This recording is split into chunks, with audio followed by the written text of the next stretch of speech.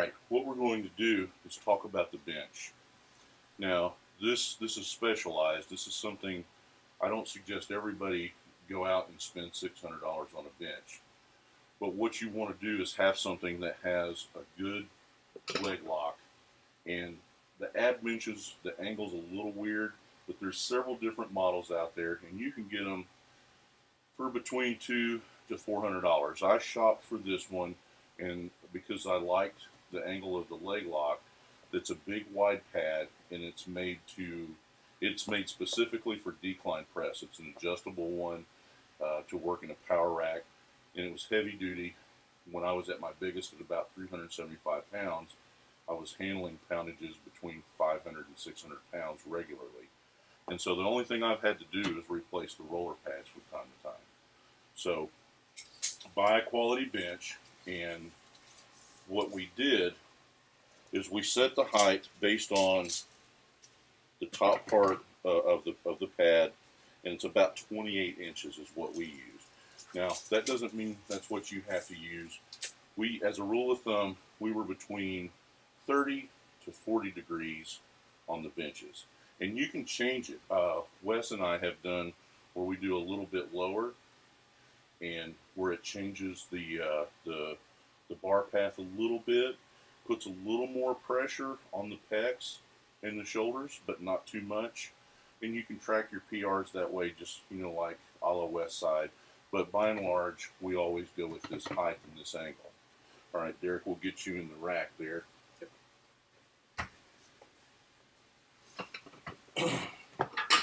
So what you're going to see is when he takes the bar out, what we're trying to teach is if you're high, you're going to want to touch high, and we're not going to touch on the pecs.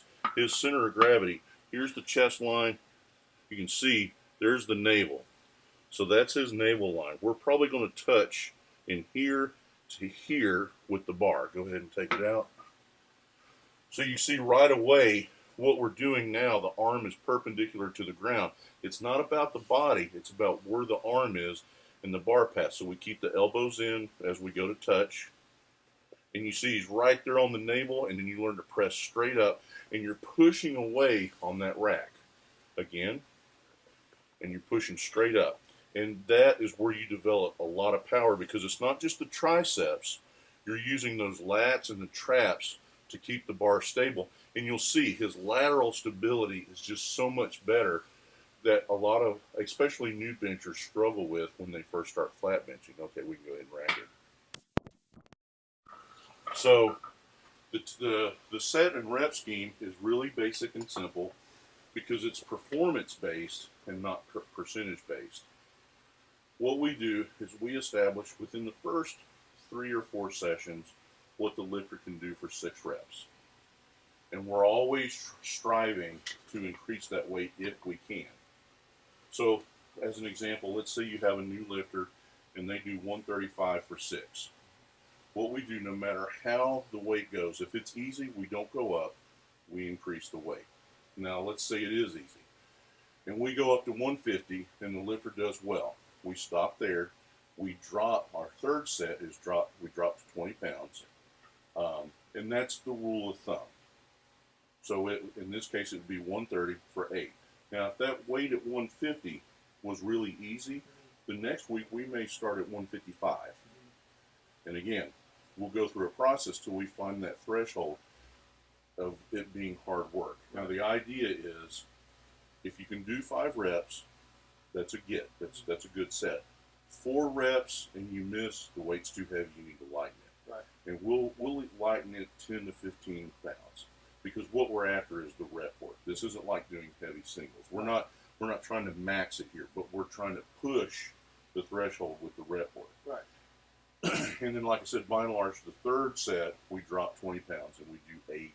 Yeah. And you've 8 had reps. 2 good looks at Right. how you're feeling that day.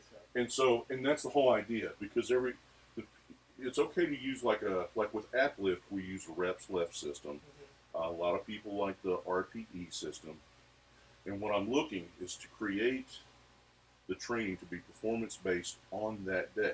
Right. Because no matter how motivated you are, some days biorhythms, Yep. I Right. ate a bologna sandwich instead of steak. It Right. happens. Right. And you come in the gym and you're 85%. Yep. Well, you may not be able to do the weight that you did the week before. Right. Because what I've learned with progress, we tend to want to have a linear chart. We've had that conversation Yes. before. Yes. And really, the point A to point B, while it's not a straight line, you will see that the Progress. gradual that it increases. But a lot of times it's ebb and flow. Yep. And so, what I've learned is that it's really the training is much more important and better when it's consistent.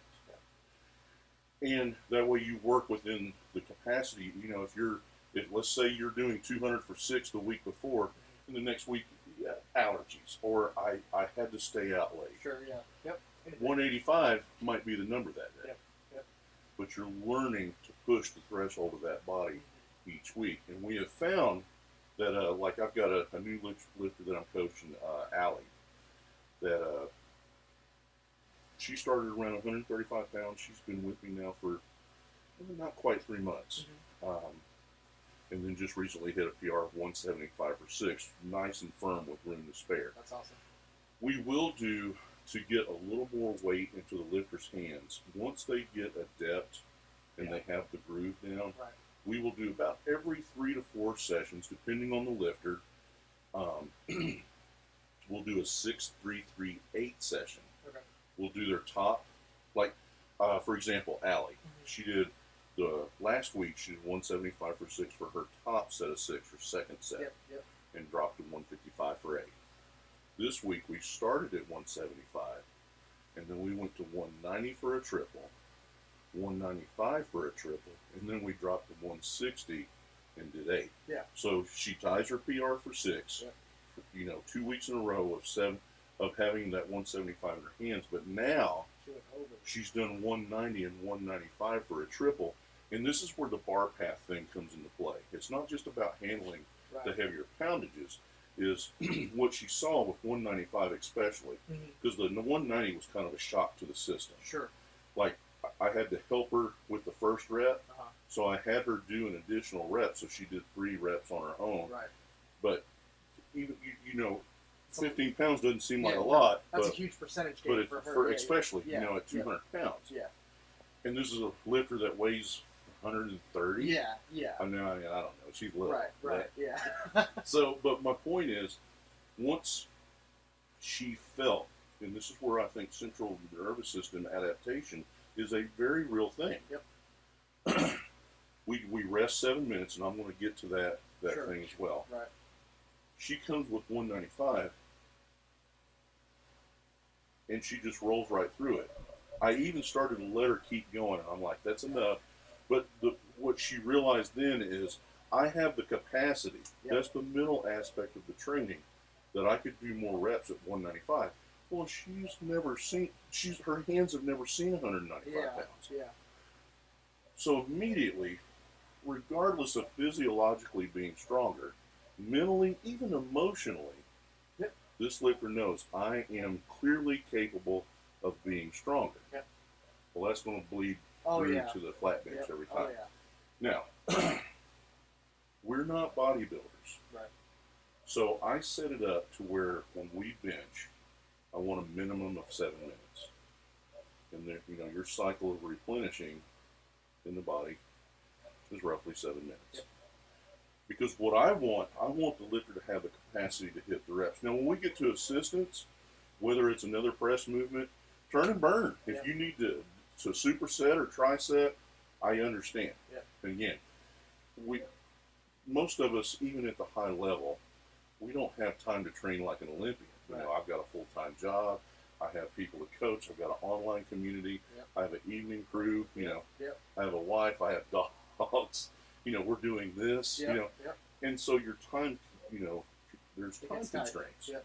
And so I always want the focus to be the main movement. Yep. And then we use the assistance to address any issues. And again, so what we've seen is, like with Allie as an example, her recovery is better. There was nothing wrong with her training before. Different coach. Right. But the approach allowed her to recover. And Now she's becoming more confident. Yeah. And not to mention physically, just physically strong. Yeah. Yeah.